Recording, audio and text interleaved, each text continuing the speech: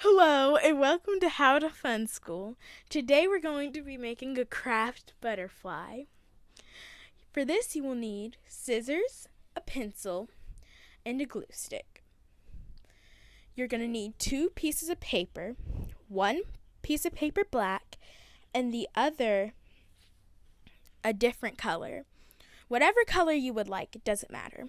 You could choose purple like I did, but it doesn't really matter. First, you're going to trace out your butterfly wings on that piece of colored paper. And then, once you cut out your butterfly wings, you trace out the butterfly body, like I did right here, and you cut out the butterfly's body, and then you take the glue and you glue the wings together. I cut my wings in half on the piece of paper to make it easier for me to cut, but I ended up gluing it back together, like you'll see in the video. And then you take your butterfly body and you glue that onto the wings.